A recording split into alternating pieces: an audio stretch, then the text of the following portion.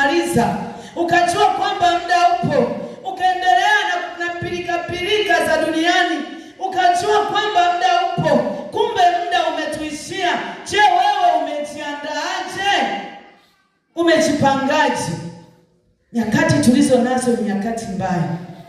Ijumaa mtumishi wa Mungu alisimama akafundisha, akasema kwamba kipindi cha nyuma, miaka ya nyuma, kukiwapo kipindi kama hiki cha mfungo, watu walikuwa na hofu sana.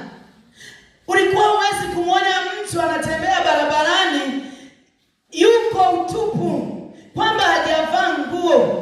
Watu walikuwa na hofu kwamba tuko kwenye kipindi cha mfungo. Hiki kipindi ni kipindi ambacho tunasogea mbele za Mungu. Hiki kipindi ni kipindi ambacho cha toba. Kwa hiyo katika kipindi hiki tuwe wastaarabu, lakini sio nyakati hizi, sio kipindi hiki.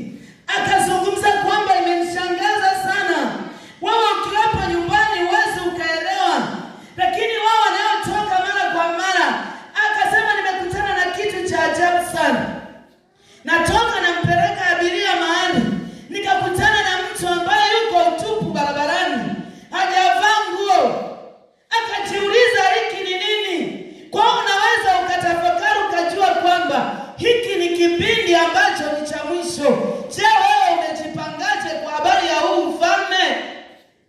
Huwezi ukashangaa kama mwanamama au mwanadada anatoka nyumbani amevaa chupi tu, anatembea barabarani, wewe ukajua kwamba hii ni hali ya kawaida.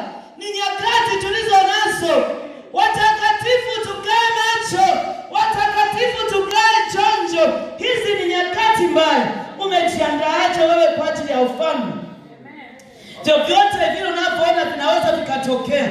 Unaweza ukashangaa, ukabaki unashangaa, ukawa na maswali, lakini ni nyakati, ukianza kutafakari, ni nyakati za mwisho. Tuko kwenye kipindi kigumu. Mtakatifu kuwa macho. Ndio maana mtu unaweza ukamshangaa anakuwepo